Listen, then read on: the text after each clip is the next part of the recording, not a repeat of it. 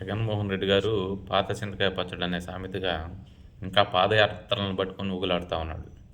ఎందుకనంటే గతంలో రాజశేఖర రెడ్డి గారు, చంద్రబాబు గారు పాదయాత్రలు చేసినప్పుడు సోషల్ మీడియా అంత యాక్టివ్గా లేదు.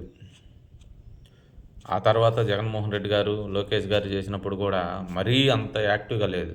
ఈ 2-3 సంవత్సరాల నుంచి మరి ఎక్కువగా యాక్టివ్ అయింది. వీళ్ళు ప్రజల దగ్గరికి వెళ్తేనే వీళ్ళ గురించి వాళ్ళకి తెలుస్తుంది, వాళ్ళు అర్థం చేసుకుంటారు, మా గురించి మాకేదో చేస్తారు.